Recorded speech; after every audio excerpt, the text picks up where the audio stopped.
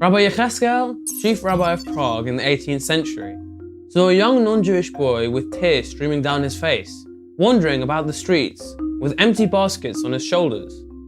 Rabbi Yechezkel went over to the boy and said, "Little boy, why are you crying?" The boy looked at the rabbi and explained, "My stepmother is a cruel and heartless woman who makes me get up every morning at dawn, loads me down with baskets of bread, and commands me to sell every single one. But today, after I sold all the bread, my money was stolen from me. If I go home empty-handed, my stepmother might kill me. I'm scared." Rabbi Yechezkel was moved and said, "Don't worry, come to my house and have something to eat, and then we'll figure out some solution." They went home and the rabbi fed the boy. Then Rabbi Yechezkel took out 30 gold coins from his pockets and gave them to him.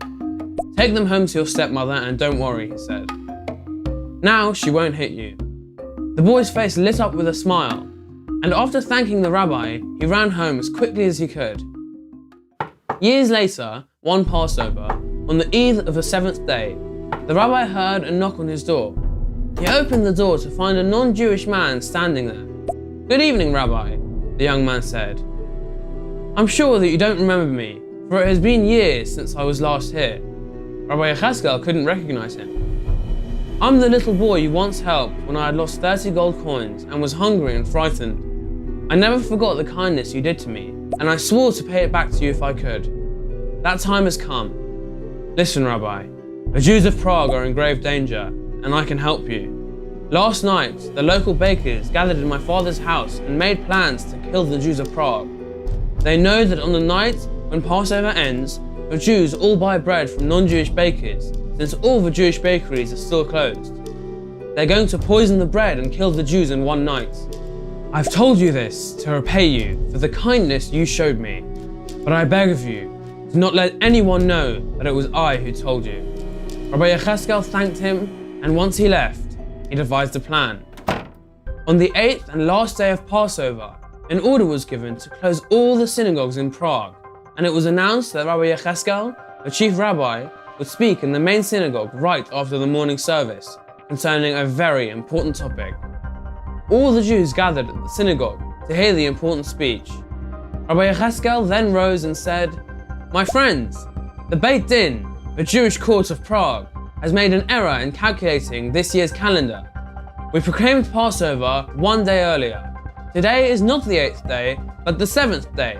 Therefore, it's absolutely forbidden to eat chametz, leavened bread, tomorrow night." The people were astounded. No one dreamed of arguing with the rabbi. All the Jews of Prague went home and that year observed Passover for an additional day. On the morning of the 9th day, police appeared at Rabbi Yechezkel's house and ordered him to address the local baker, who alleged that he had baked extra bread for the Jews now that Passover was over, and this rabbi had told them not to buy their bread.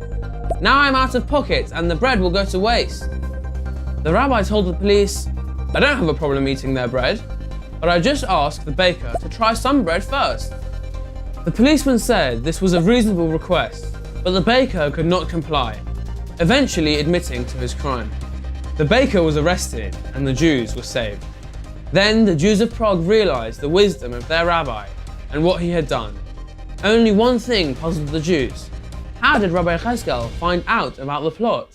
He told no one, however, as he had promised the young man. He kept the secret his whole life, and only before his death did he tell it to his son, Rabbi Yechezkel Landau. When he finished telling him, he said, "I want you to know that it was not through my wisdom that I was able to save the Jews, but because of a kindness that I once did for a stranger."